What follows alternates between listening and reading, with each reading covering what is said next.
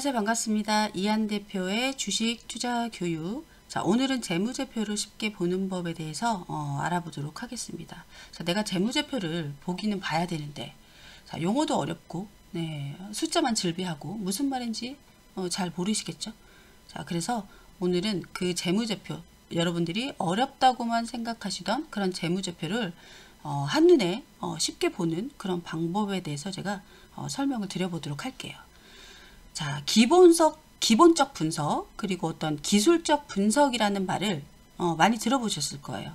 자, 어떤 이론적 입장은 다르지만, 자, 기본적 분석은 기업 가치를 분석해서 내가 좋은 주식을 골라내는 거고, 자, 기술적 분석은 주가의 흐름을 분석해서 주식의 매매 시점을 포착하기 위해 하는 어떤 그런 분석법입니다. 자, 기업의 가치를 분석하는 방법은 되게 여러 가지가 있겠지만, 대표적으로 우리는 재무제표를 많이 보고 분석을 합니다.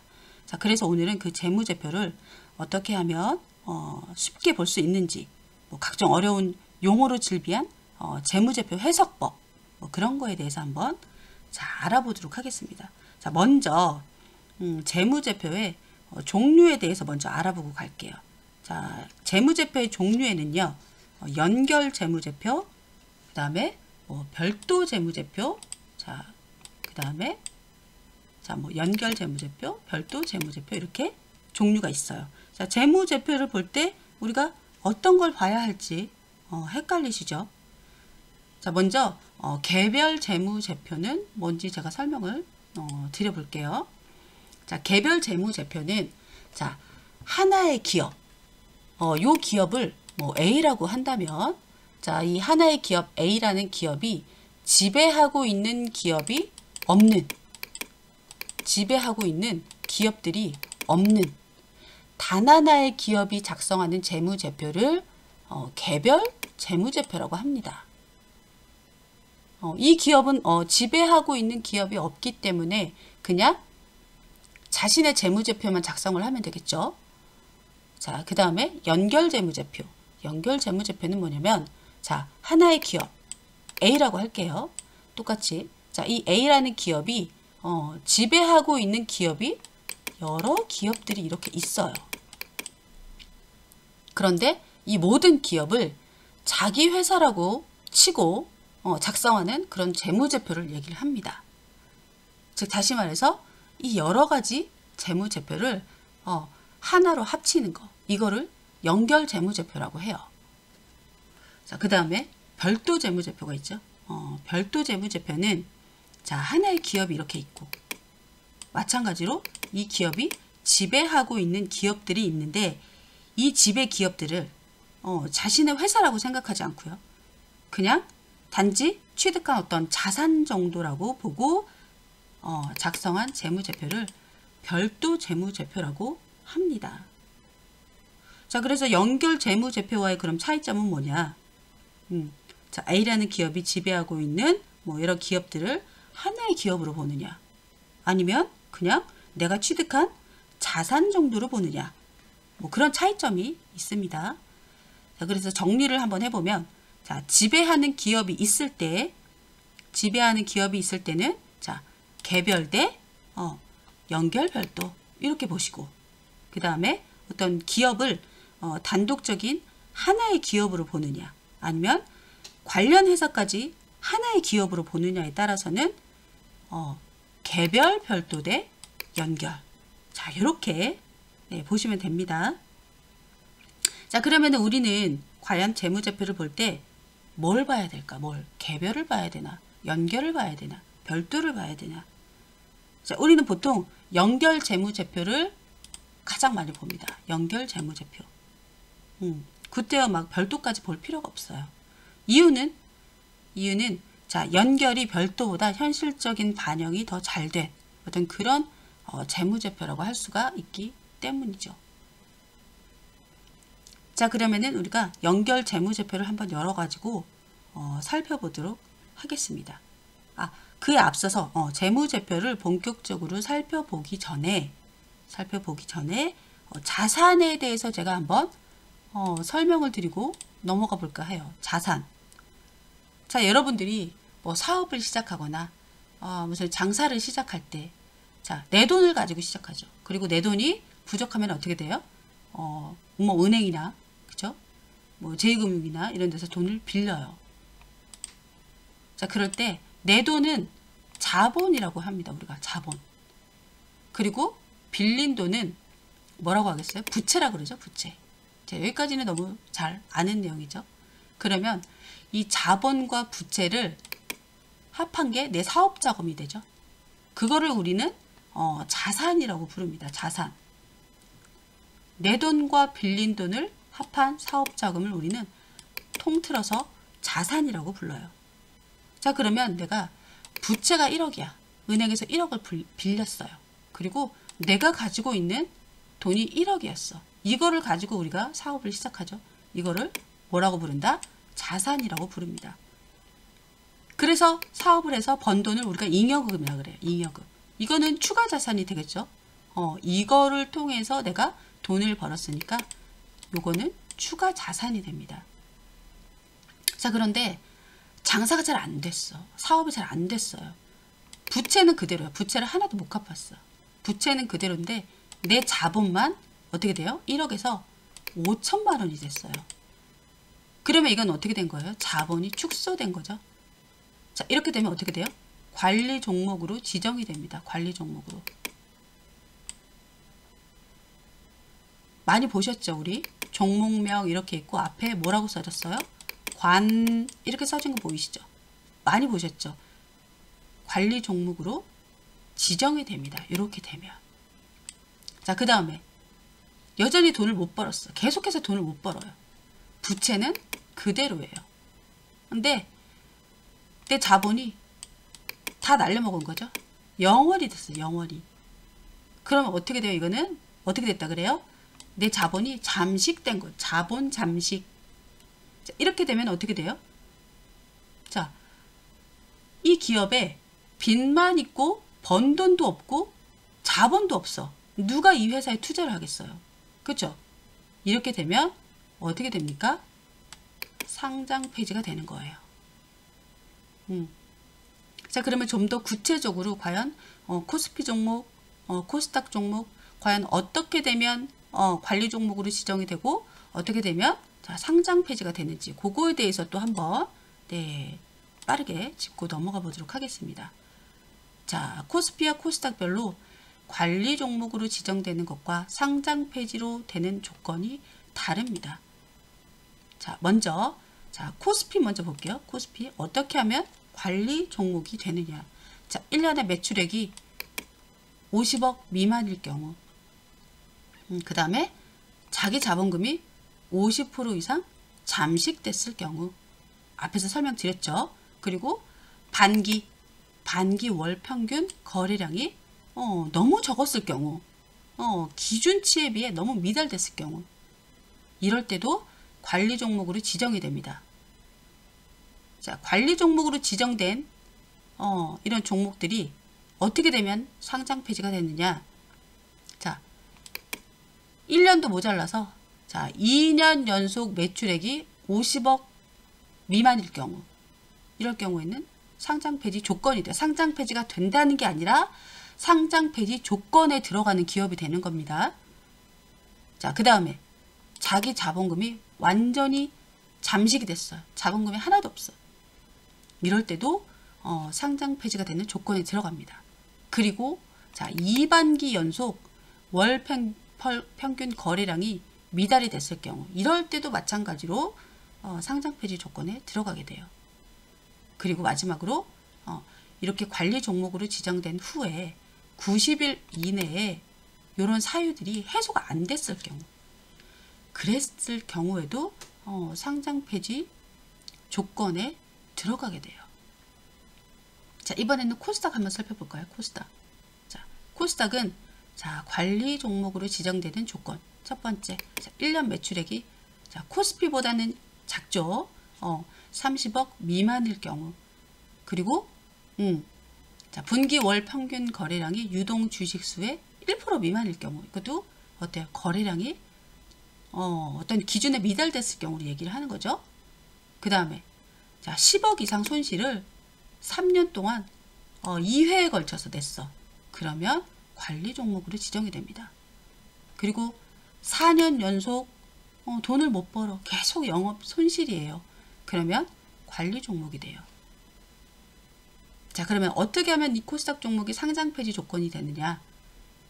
자, 2년 연속 매출액이 30억 미만이 됐을 경우, 그 다음에 2분기 연속 거래량이 너무 없을 때, 그 다음에 2년 연속 소액주주 200인 미만 또는 소액주주 지분이 20% 미만이 됐을 때, 자, 이럴 경우에도 상장 폐지 조건에 들어가게 됩니다. 자, 그리고 마지막으로 5년 연속 영업 손실이 났을 때, 돈을 못 벌었을 때, 그때는 상장 폐지 조건에 들어가게 돼요. 자, 근데 현행 상장 폐지 및 관리 종목 사유에 대한 규정을 보면요. 규정을 보면, 자, 공시는 연결 기준으로 공시를 해놓고 어떤 관리 종목이나 상장 폐지 규정의 영업이익 적자 부분은 별도 재무제표 또는 개별 재무제표를 기준으로 평가하는 경우가 많습니다. 네. 그래서 공시와 또 우리 평가하는 것은 약간 다르다는 거. 좀 애매하게 합니다. 그쵸? 네, 그래서 그거를 조금 참고를 하시면 될 것 같아요. 아시겠죠? 자, 그래서 이제 직접적으로 한번 재무제표를 한번 펼쳐놓고 과연 저거는 뭐고 이거는 뭐고, 네, 그거에 대해서 한번 제가 설명을 드리도록 할게요. 자, 재무제표를 열어보겠습니다. 자, 이게 우리가 재무제표죠. 어떤 HTS 상에 들어있는 어떤 기업 분석에 들어가면 이렇게 재무제표를 우리가 볼 수가 있어요. 여기를 딱 클릭을 하면. 자, 제가 예를 들어서 쉽게 설명을 해드릴게요. 자, 여기 보시면 매출액이라는 게 있죠. 매출액. 지금 삼성전자 재무제표를 보면서 제가 간단하게 설명을 드리겠습니다. 자, 삼성전자의 매출액. 어마어마하죠. 이 매출액은 뭐예요? 자, 커피숍으로 예를 들면은 내가 커피숍을 한다라고 생각을 하면, 자, 커피를 팔아서 들어온 돈이죠. 커피를 팔아가지고 무조건 들어온 돈, 매출. 그거를 우리는 매출액이라고 불러. 매출액. 그 다음에 매출 원가는 뭐예요? 원가. 자, 내가 커피를 팔아야 되면, 커피를 만들어서 팔아야 되면 뭐가 있어야 돼요? 원두도 사야 되고, 그쵸? 그 다음에 우유도 있어야 되고, 설탕도 있어야 되고, 이런 여러 가지 재료비를 우리는 매출 원가라고 부릅니다. 매출 원가. 그 다음에 어떤 판매비, 관리비, 판관비라고 그러죠. 판관비. 이건 뭐예요? 자, 커피숍 문을 열면 뭘 내야 돼? 자, 월세를 내야 되죠. 월세. 그리고 일을 하려면 직원을 채용하죠. 알바를 채용하죠. 그런 직원과 알바들한테 들어가는 월급. 자, 그리고 또 뭐를 내요?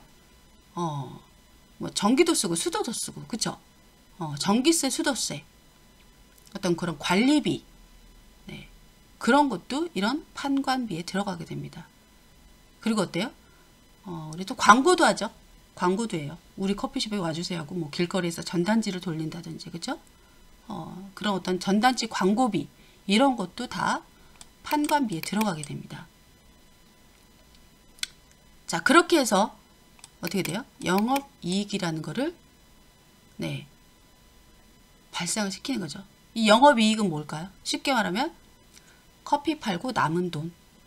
커피를 팔아서 이거저거 다 빼고 남은 돈이 얼마냐는 거예요. 남은 돈이. 플러스가 좋은 거죠. 플러스가. 자, 그러면 영업 외 수익이라는 게 있어요. 영업 외 수익. 자, 이건 뭐예요?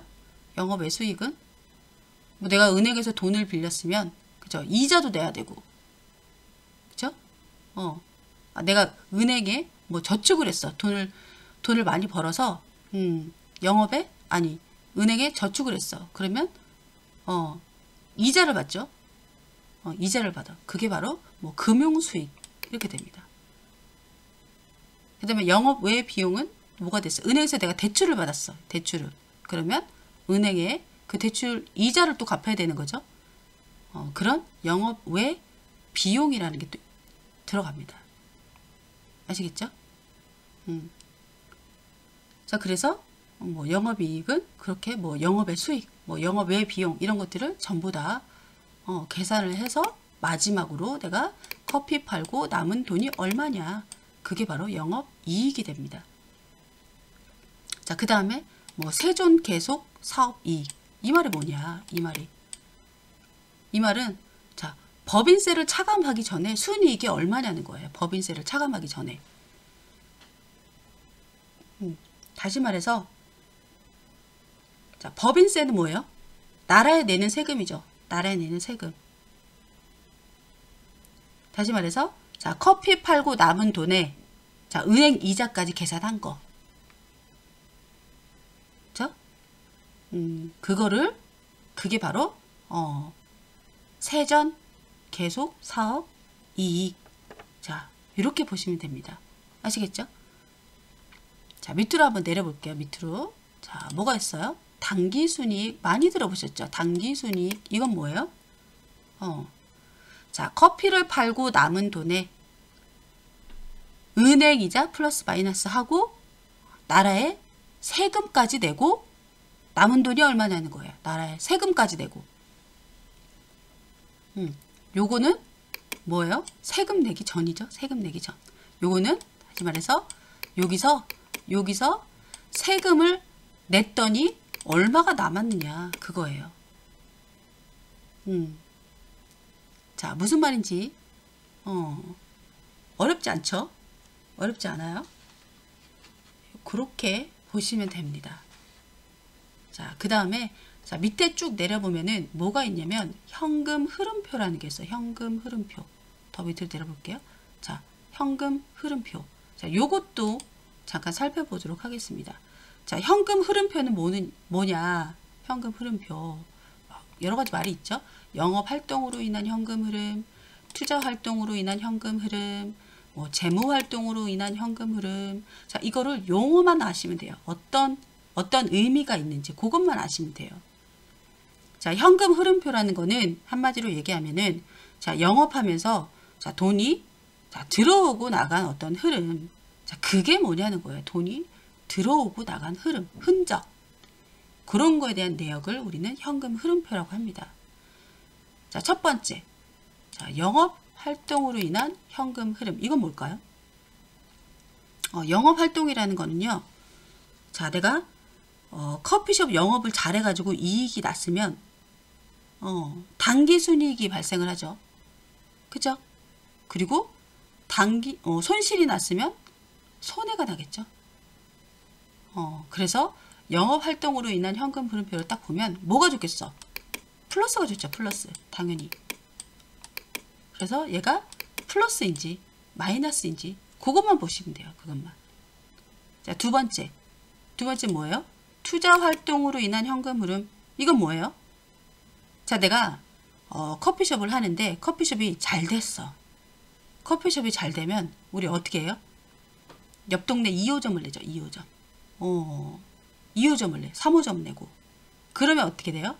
자, 2호점, 3호점을 내려면 내가 가지고 있는 돈에서 투자가 되는 거죠. 투자. 내 돈이 어떻게 돼요? 나가게 된 거죠. 나가게. 근데 장사가 안 됐어. 장사가 안 돼서 그 2호점, 3호점을 팔면 어떻게 돼요? 돈이 들어오겠죠. 돈이 들어오는 거예요. 그래서 여기는 플러스가 좋아요. 마이너스가 좋아요. 마이너스가 좋은 거죠. 마이너스가 좋은 겁니다. 여러분. 이렇게 마이너스가 좋은 거예요. 왜냐? 영업이 잘 돼서 내가 투자를 해야 되니까 2호점, 3호점을 내려면 내 돈을 투자를 해야 되는 거니까 내 돈을 투자를 했다는 거 뭐예요? 나갔다는 거죠. 돈이. 그래서 투자 활동으로 인한 현금 흐름은 마이너스가 좋다라는 거. 이렇게 보시면 돼요. 자, 마지막으로 자, 재무 활동으로 인한 현금 흐름이 있어. 재무 활동으로 인한 현금 흐름. 이건 뭐냐면 자, 커피숍이 잘 됐어. 커피숍이 잘 돼서 자, 은행에서 내가 빌린 돈이 있었는데 그거를 갚았어요. 그럼 역시 어때요? 지출이 발생이 되죠. 지출이 마이너스가 된 게 좋은 겁니다. 내가 돈을 잘 벌어가지고 돈을 갚았으니까 내 돈이 나간 거죠. 반대로 자, 커피숍이 잘 안 됐어. 그러면 어때요? 나는 은행에서 돈을 더 빌려야 되죠. 은행에서 돈을 더 빌리니까 플러스가 되는 거죠. 플러스는 좋다 안 좋다? 안 좋습니다. 안 좋아요. 자, 어떤 의미인지 아시겠죠? 자, 그래서 뭐 이 재무제표는 어떤 뭐 HTS 상에서 이렇게 기업 분석 들어가시면은 나와 있기도 하고 또 뭐 금융감독원 전자공시 시스템 뭐 다트라는 게 있어요. 거기서도 여러분들이 기업별 재무제표를 확인을 할 수가 있습니다. 자, 그래서 재무제표를 볼 때 어떤 의미로 봐야 하는지 자, 조금은 좀 쉽게 이해가 되셨을 거라고 생각을 합니다. 자, 좀 어려운 내용이 있더라도 계속해서 어떻게 들으시면 되나요?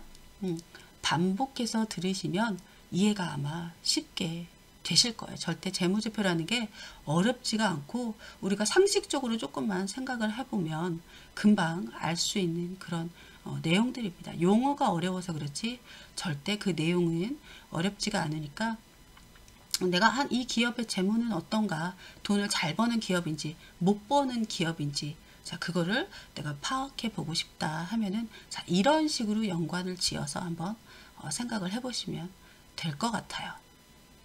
아시겠죠? 네. 그래서 이번 시간에는 재무제표 쉽게 보는 법에 대해서 제가 설명을 드렸습니다. 자, 여기서 재무제표 쉽게 보는 법 마치도록 하겠습니다. 감사합니다.